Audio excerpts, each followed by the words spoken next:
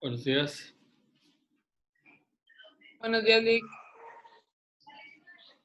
Buen día, Estrella.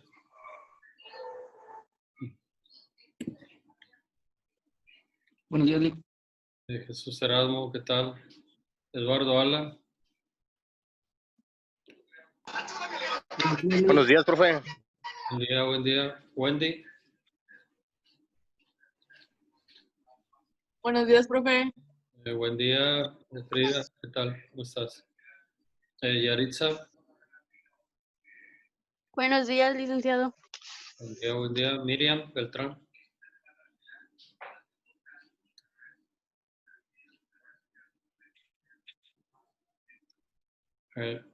Bien. El día de ayer estuvimos hablando, empezamos el tema de la demanda. Prácticamente iniciamos la etapa expositiva, que es la que da inicio, generalmente con la demanda se inicia el procedimiento. Hay ocasiones en que lo adelantamos un poquito cuando alguna medida cautelar previa al inicio del juicio. El juicio siempre se inicia con la demanda, pero hay ocasiones que antes de la demanda pedimos que se decrete una providencia precautoria. Puede ser para embargar algún bien, porque se tiene el temor fundado de que pueda ser el único bien que se le conoce al deudor, que lo pueda enajenar, que lo pueda desaparecer o destruir. Y se pide de manera precautoria que sea embargado por el juez. La otra cuestión es los alimentos provisionales. Hay ocasiones en donde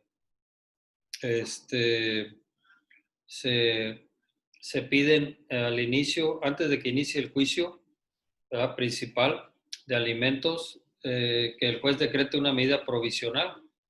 Alimentos mientras dura el juicio principal, para que los niños, los menores de edad o la persona que lo requiera, pues pueda estar subsistiendo. Y así una serie de medidas cautelares. Pero generalmente el juicio inicia en la etapa expositiva con la demanda. Y dijimos que la demanda es el documento escrito a través del cual una persona llamada actor o demandante, ¿verdad?, o promovente de la demanda, le presenta al juez, ejercitando el derecho de acción y el derecho de pretensión. El derecho de acción, ¿cuál es?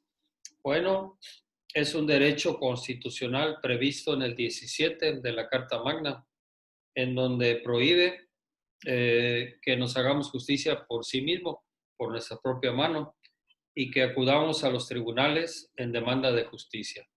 Entonces, haciendo caso a ese mandato constitucional, acudimos, ¿verdad?, continuamente a los distintos tribunales, ¿verdad?, civiles, laborales, agrarios, fiscales,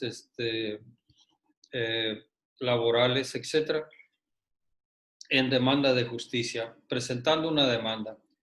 Con la demanda, al ejercitar el derecho de acción, lo que tratamos es de provocar que el órgano jurisdiccional, el órgano del Estado, el tribunal al cual acudimos en demanda de justicia, puede intervenir, pueda conocer el caso y resolverlo, ¿verdad? Porque a lo mejor de pura entrada el juez nos dice que es incompetente. Ya hablamos de la incompetencia del juez. Ya dijimos que la competencia de un tribunal se determina por grado, por cuantía, por materia y territorio. Entonces habrá un juez que diga, pues no, fíjate que yo no soy juez competente para conocer de este caso por razón del territorio, ya que le corresponde a los tribunales de Altamira. Habrá otro que diga, no soy competente para conocer de este caso por razón de la materia, ya que yo conozco de materia civil, pero no de familiar. Y así, o soy incompetente para conocer de este caso porque el monto de la cuantía del negocio, la cuantía del negocio no excede 150 días de salario mínimo o de unidad de medidas de actualización. Entonces, es competente de que lo conozca un juez menor y así sucesivamente, ¿verdad? Entonces, pero si es de su competencia el caso, el juez no se puede negar a conocerlo, ¿verdad? Debe de admitir la demanda. Entonces, por eso decimos que cuando se ejercita el derecho de acción por parte del actor a través de la demanda, lo que buscamos es provocar que intervenga, ¿verdad? Eso de intervenir significa que acepte la competencia, ¿verdad? Del caso, que diga yo soy juez competente para conocer de este caso y que conozca el mismo.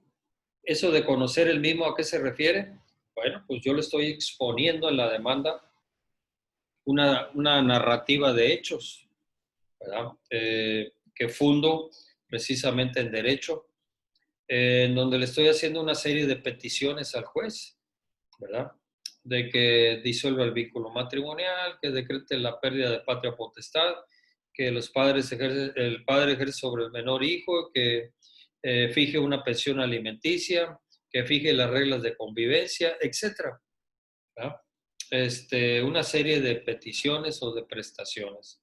Por eso decimos que no nada más con la demanda se ejercita el derecho de acción, o sea, provocar que el órgano jurisdiccional intervenga, conozca y resuelva el caso concreto que le estoy planteando a través de la demanda, sino también el derecho de pretensión, en donde establezco las peticiones, las prestaciones o lo que pretendo de la parte demandada. ¿Sí? Ahí también queda establecido en la demanda. Pretendo el divorcio, pretendo una pensión alimenticia, pretendo que se decreten reglas de convivencia para que los padres puedan convivir con sus hijos, etcétera, ¿verdad? O pretendo la guardia y custodia de mi menor hijo, ¿sí? Y los gastos y costas que originen la tramitación del juicio. Entonces, esas son las pretensiones. Por eso digo que con la demanda se ejercita el derecho de acción y el derecho de pretensión. ¿Qué contiene una demanda? Era lo que estaban viendo el día de ayer. Pues un preámbulo. Pero antes del preámbulo es un rubro. Nos explicaba precisamente Frida el día de ayer que el rubro es el margen superior del lado derecho de la primera hoja de la demanda. Ahí está establecido el rubro. Ahí viene el nombre del actor, el nombre del demandado, el tipo de juicio. Dice que el nombre de los abogados, pero nunca se pone, ¿verdad? Aquí hablábamos de costumbres procesales y también una costumbre procesal es que ahí nunca se ponen los nombres de los abogados, sino en el preámbulo, ¿verdad? En la parte de abajo, un poquito más abajo del rubro. Ahí lo que se pone es la promoción inicial y los subsecuentes escritos después de que nos admiten la demanda. Cuando presentamos otros escritos, ahí ya va el número de expediente. Entonces, ese es el rubro. Son datos de identificación, prácticamente el nombre del actor, el nombre del demandado, el tipo de juicio, un ordinario civil sobre divorcio incausado, un ordinario civil reivindicatorio, un sumario civil de alimentos definitivos, etcétera, ¿verdad? Y luego viene la autoridad ante la cual nos dirigimos. Aquí les decía yo que no es necesario que pongamos el nombre del titular del órgano jurisdiccional, o sea, el nombre del juez o de la autoridad que es titular del tribunal donde vamos a comparecer. No, basta con que pongamos la denominación del tribunal, sé juez de primera instancia del ramo civil y familiar presente, en turno presente. Aquí tenemos dos, tenemos que poner en turno. porque no sabemos a dónde va a ir, al primero o al segundo de lo civil y familiar. Y es suficiente, ¿verdad? No hay necesidad de que pongan la licenciada Adriana Báez López, juez de primera instancia, no lo pongan, ¿verdad? No hay necesidad.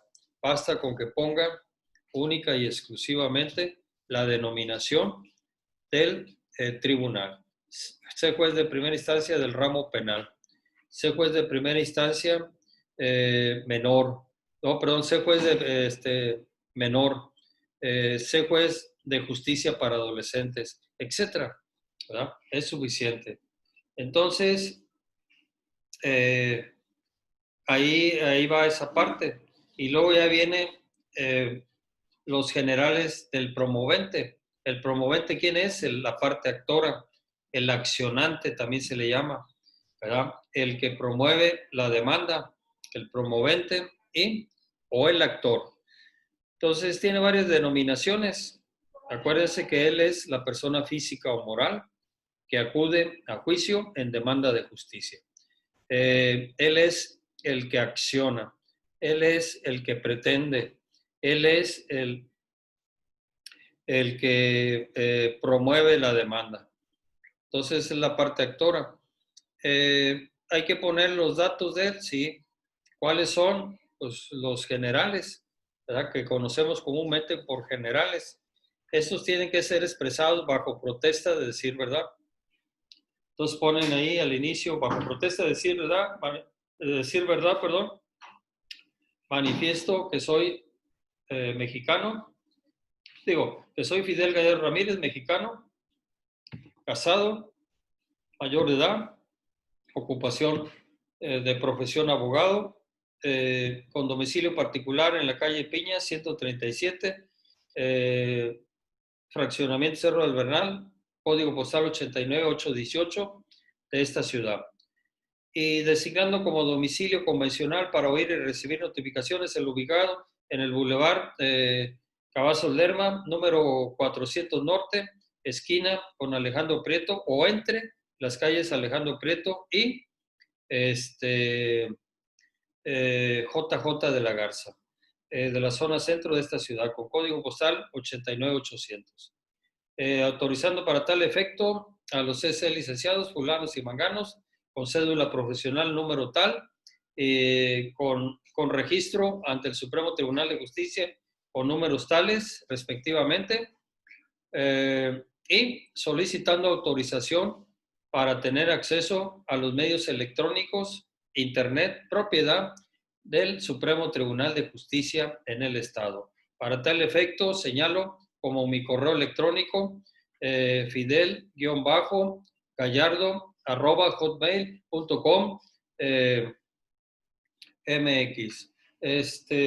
Y ante usted, con el debido respeto, comparezco y expongo. Pero aquí también es muy importante, les decía yo el día de ayer, que estudiaran el artículo 68 bis, porque vamos a autorizar a los abogados en los términos del artículo 68 bis. Y autorizando para tal efecto en los términos del artículo 68 bis a los CC licenciados, fulanos, manganos y perenganos. ¿Sí? Obviamente debe tener título legalmente expedido, les decía el día de ayer, porque si carecen de título, si son pasantes de derecho o estudiantes de derecho, no tienen derecho a estas facultades que le concede el artículo 68 bis. Dijimos, no sé si lo tengas allá en la mano, Estrella, que ¿qué es lo que dice el artículo 68 bis? ¿Qué facultades le concede a los abogados el artículo 68 bis?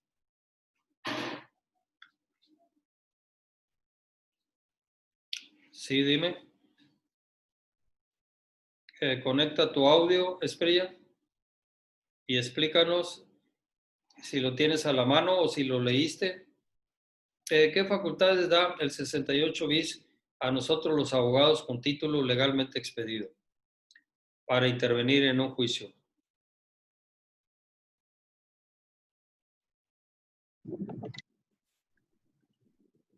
¿Alguien? No, no. Ayúdanos, Frida. ¿Me escuchan? Pues, ya voy a contestar. Ya va a contestar. Adelante, Lidio. Sí, te escuchamos hace rato. Sí, está bien. Adelante.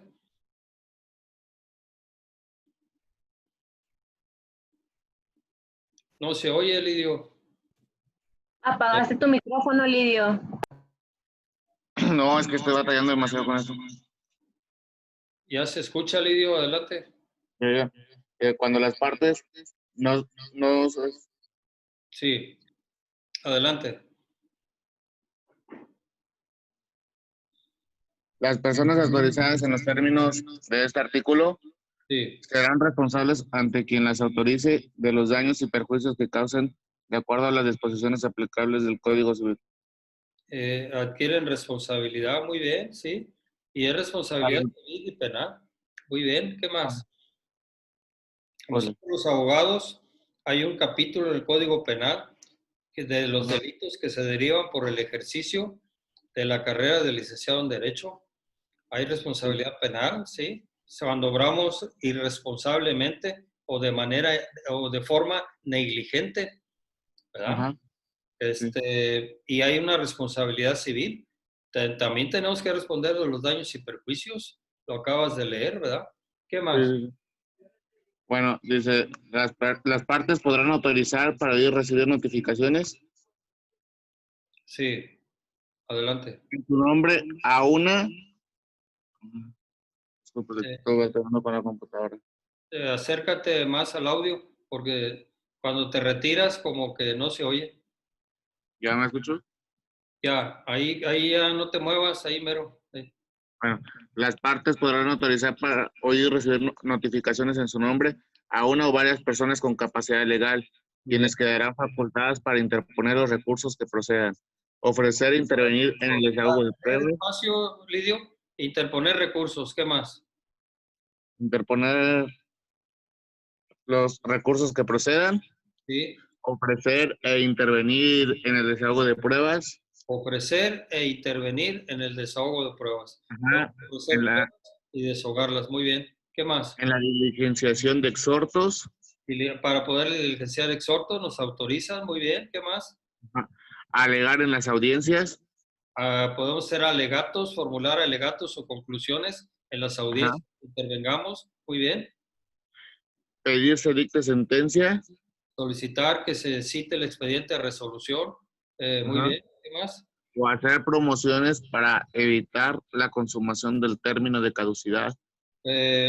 Agilizar el proceso, ¿verdad? Ajá. Como una obligación o una carga procesal que la ley le impone a las partes, el impulso procesal, de Ajá. tal manera que dejemos el expediente en estado de citación para sentencia y evitar la caducidad de la instancia.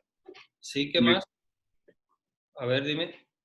Y realizar cualquier acto que resulte necesario para la defensa de los derechos del autorizante. Muy bien, nos autorizan para realizar cualquier tipo de actividad procesal, fíjense, y sin necesidad de poder.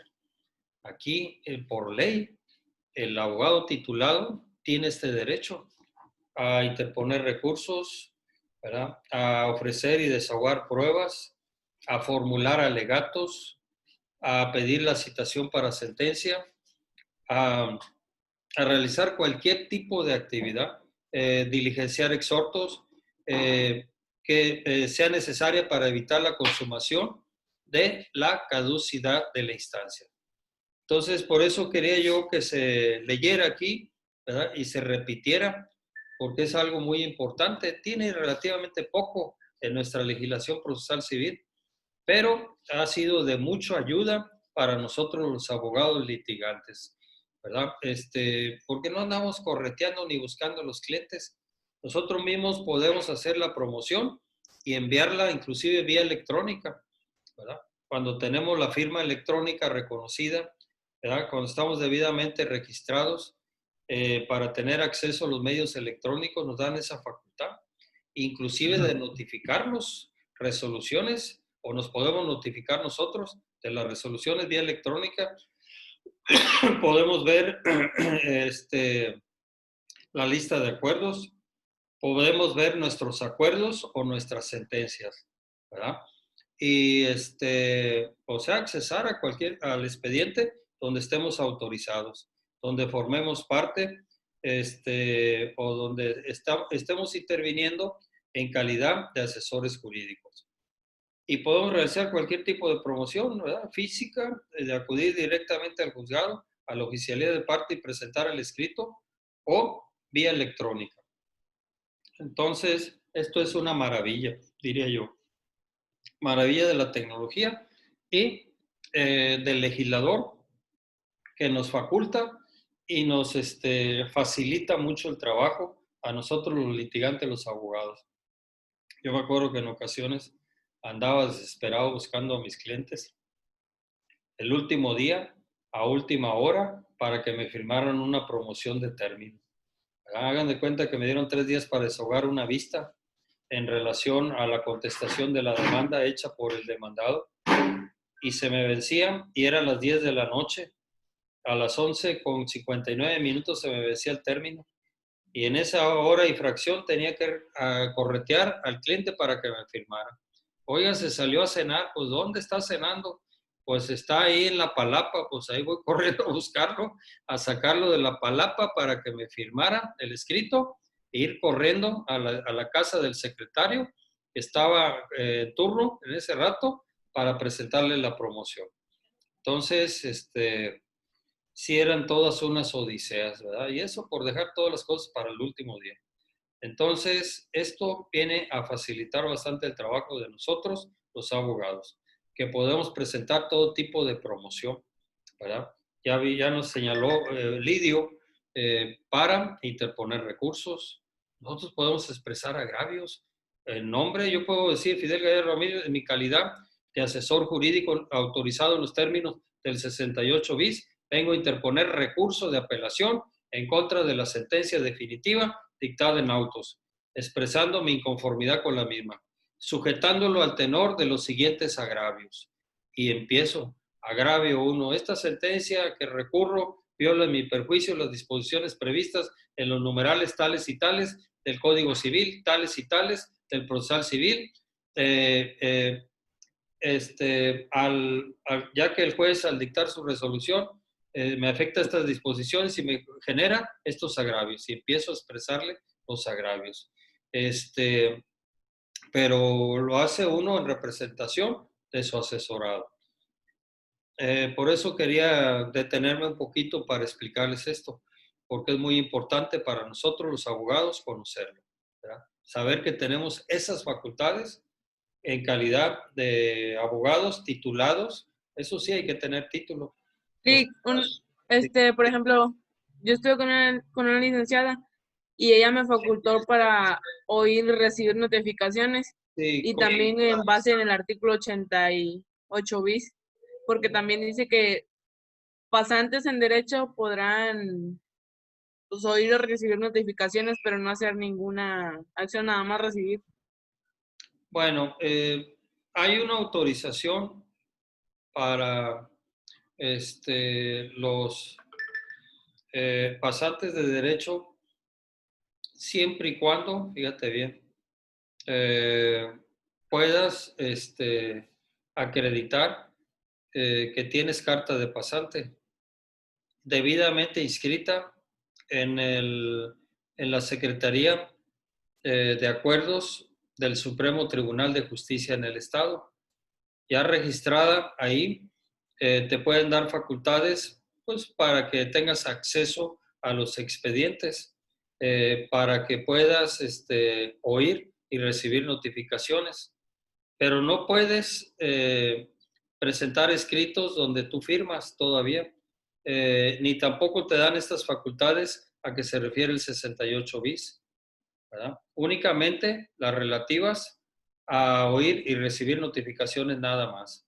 ¿Te autorizan? Sí, solamente para autorizar para oír y recibir Nada notificaciones, más. pero no interponer ningún tipo de recurso o acción. No, nada de eso, ¿verdad? De impulsar el proceso para evitar la caducidad y esas cosas, no.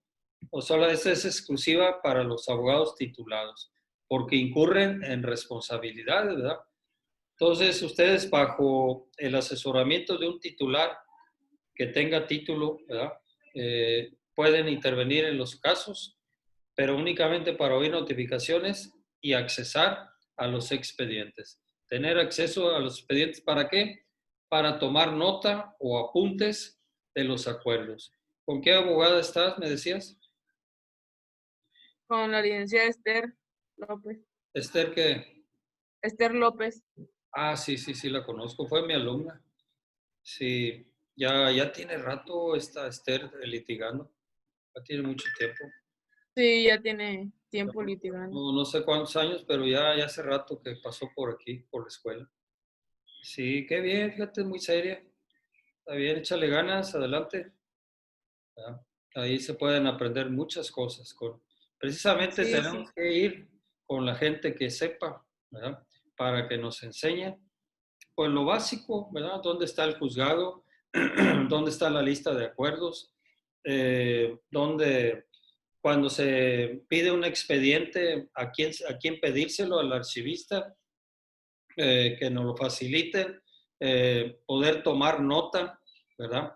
De los expedientes, ahí nos enseñan a cómo tomar nota, o si no hay necesidad de transcribir todo, ¿verdad? Sino hacer un resumen de lo más relevante y en fin, ¿verdad?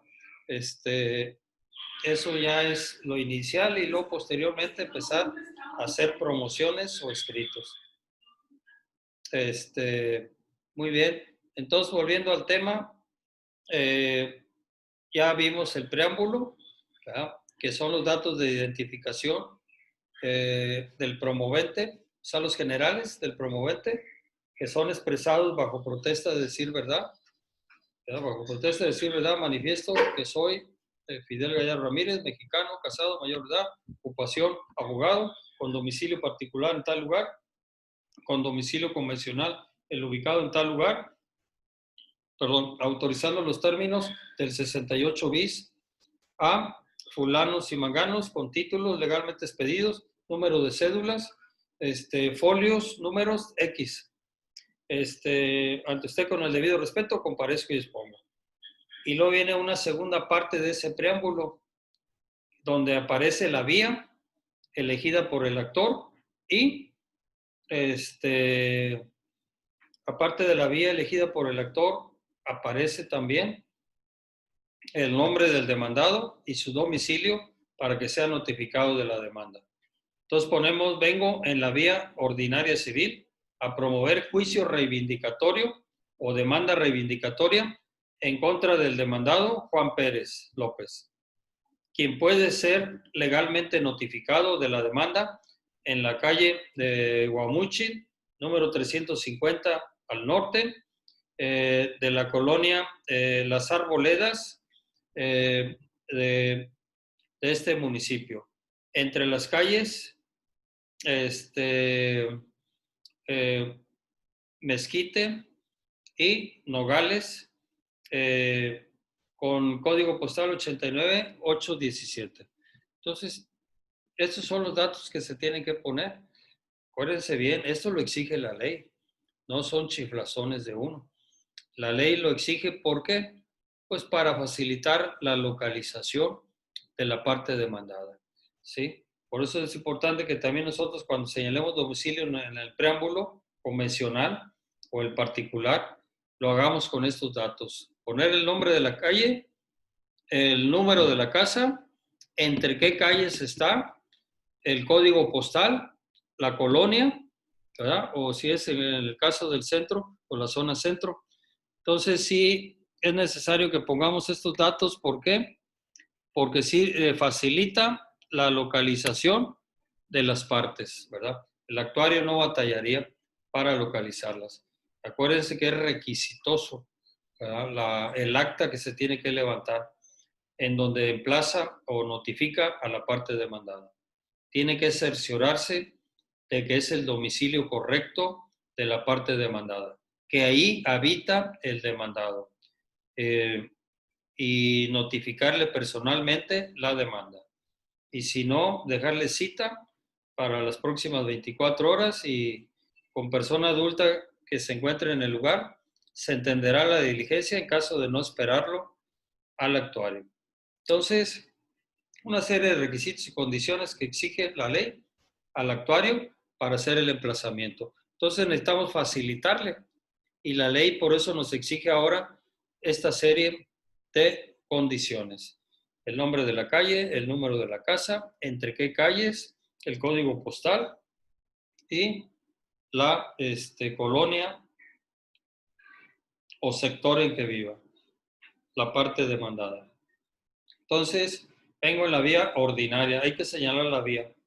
Puede ser la vía ordinaria, la vía sumaria, la vía de desahucio, la vía hipotecaria, la vía oral, la vía de jurisdicción voluntaria, etcétera, ¿verdad? Hay una serie de vías que se pueden ejercitar o utilizar para la tramitación de los juicios, ¿verdad?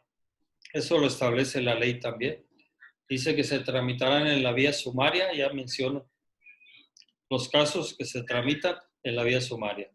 Entonces, por exclusión, las demás corresponden a la vía ordinaria, ¿verdad?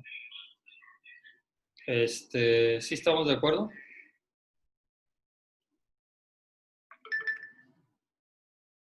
Sí, todo bien. Bueno, y luego ya pasamos, vengo en la vía ordinaria civil reivindicatoria a demandar a Juan Pérez López, quien puede ser legalmente notificado en tal lugar, y de quien reclamo las siguientes prestaciones. Prestaciones, ¿verdad? Entonces abre un capítulo de prestaciones. Estas deben ser en concreto, deben ser específicas, debe haber claridad y precisión.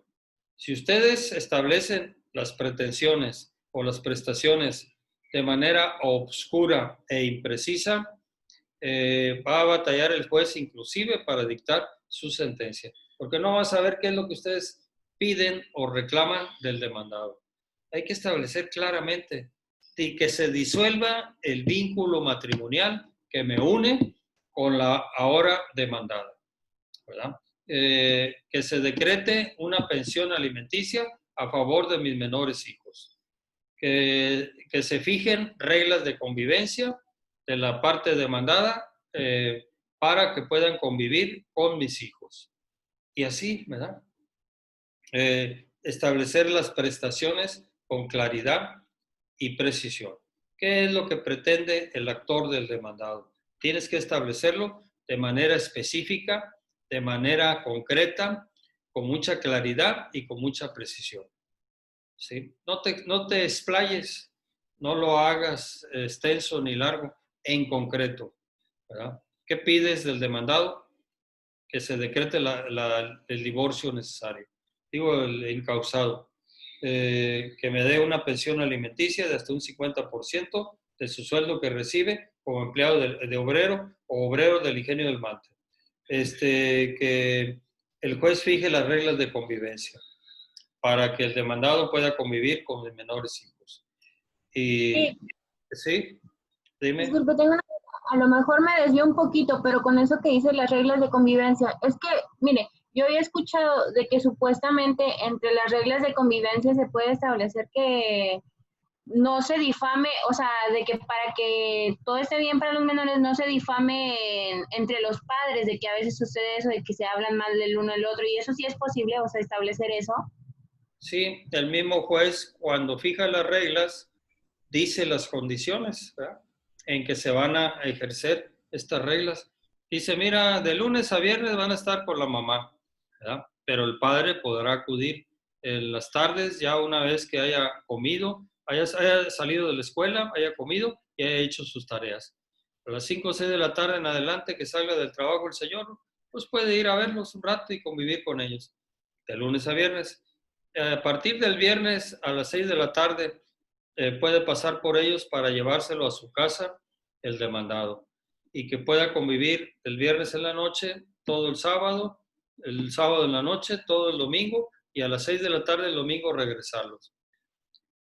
Se pide a las partes que se abstengan de hacer malos comentarios a los hijos con relación al padre o con relación a la madre.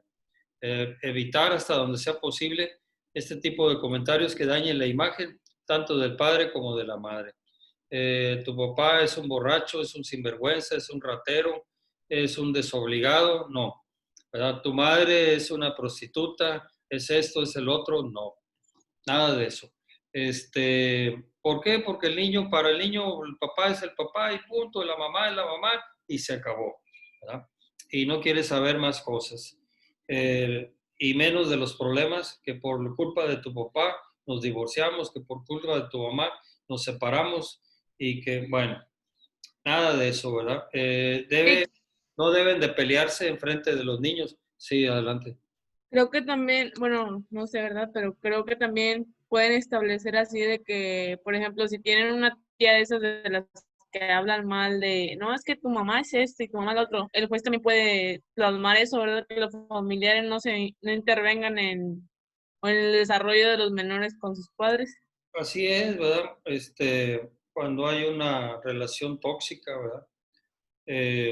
Pues hay que decirle al juez, fíjate que la abuela es muy negativa, la tía es muy negativa, o el tío, no sé.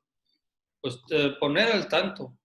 Para eso, fíjate que el juez hace un estudio socioeconómico y psicológico antes de decretarla. Si no tienes estudio, no lo decreta la convivencia.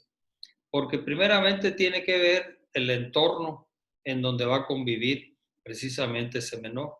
A eso se debe, Frida. Entonces, ese entorno pues, es socioeconómico. Ahí la trabajadora social o el trabajador social, cuando va al domicilio de las partes, del actor y del demandado, pues pregunta todos los datos. ¿Aquí quién vive? No, pues aquí también vive la abuela y vive el tío. ¿Y qué tal la abuela la lleva? ¿Qué relación tiene con el...? En fin, todo lo que se pueda sacar de información. ¿Cuáles son los ingresos? ¿En qué condiciones se vive?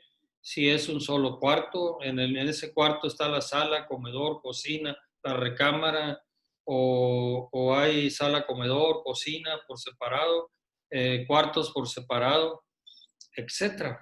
¿Y cuántas gentes viven? ¿Y cuáles son los ingresos que tienen? ¿Verdad? De tal manera si son suficientes o no, si hay limpieza, si no la hay, etcétera. ¿Verdad? Si hay promiscuidad, hay ocasiones que todos se duermen en un mismo cuarto. Pues esa es una promiscuidad, ¿verdad? Que no es posible que esté el papá, que esté todos los niños ahí metidos en el mismo cuarto. No tiene que haber separación. Y si hay cuñados, si hay primos, tíos que estén ahí viviendo, pues imagínate la mezcolanza de gente. Eso también se toma en cuenta por el juez y lo mismo sucede. Eso es para el estudio socioeconómico para cada lugar donde vive el actor y el demandado, para ver las condiciones socioeconómicas y pueda el juez determinar si es idóneo y viable que puedan habitar esos lugares o convivir con esas gentes.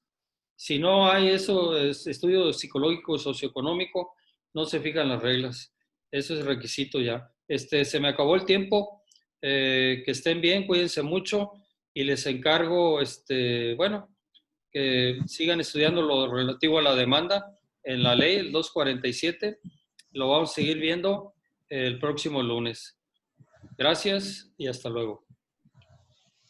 Que tenga buen día, Lick. Buen día. Adiós, Lee. Hasta luego. Nos vemos. Gracias. Hasta luego. Sí, gracias. Adiós.